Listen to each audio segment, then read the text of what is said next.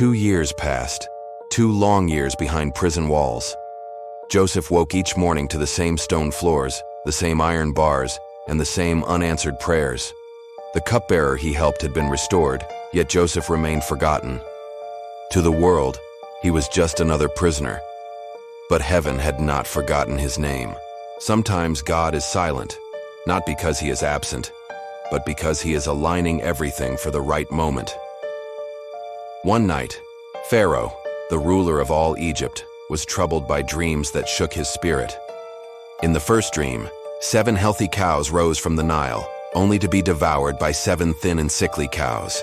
In the second, 7 full heads of grain were swallowed by 7 thin and scorched ones. Pharaoh woke up disturbed. By morning, he summoned magicians, wise men, and priests. Yet none could explain the meaning of the dreams. Then suddenly, a memory stirred in the mind of the cupbearer. He remembered Joseph. Pharaoh ordered Joseph to be brought immediately. Joseph was shaved, cleaned, and dressed before standing in the presence of the most powerful man on earth. In a single moment, the prison door opened. Pharaoh said, "I have heard it said that you can interpret dreams." Joseph replied with humility, "I cannot do it, but God will give Pharaoh the answer he desires." Joseph listened carefully, then spoke with clarity and boldness. Joseph explained that the dreams were one message from God. 7 years of great abundance were coming to Egypt, followed by 7 years of severe famine that would consume the land. But Joseph did not stop at interpretation. He gave counsel. He urged Pharaoh to appoint a wise leader to store food during the years of plenty, so the nation would survive the famine. Pharaoh and his officials were amazed. Pharaoh looked at Joseph and said, "Since God has revealed this to you, there is no one as wise as you." In front of the entire court, Pharaoh removed his signet ring and placed it on Joseph's hand. He dressed him in fine linen and placed a gold chain around his neck. Joseph was made second in command over all Egypt. In one day, Joseph went from chains to authority, from prisoner to prince. Joseph traveled throughout Egypt, overseeing the gathering and storage of grain. Cities were filled with abundance beyond measure. Joseph married and had 2 sons. He named the first Manasseh, saying, "God has made me forget all my hardship." The second he named Ephraim, saying, "God has made me fruitful in the land of my suffering."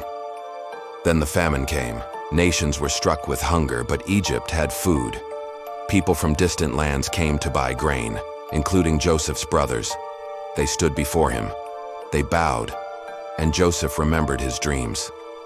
Yet they did not recognize him. Joseph spoke harshly to them, not out of revenge, but to test their hearts. He accused them of being spies and demanded proof of their honesty.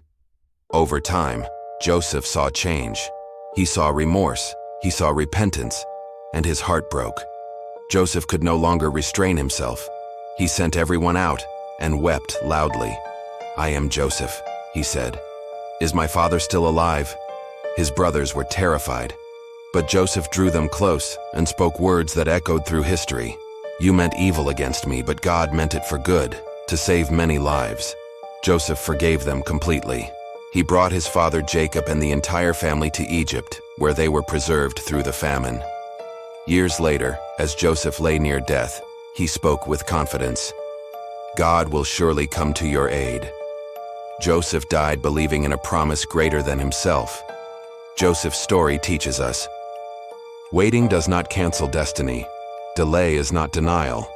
God can turn betrayal into blessing. What was meant to destroy you can be used to deliver others. Joseph's journey proves one thing. The prison was not the end. It was the passage to the palace. End of part 2. Thank you for watching.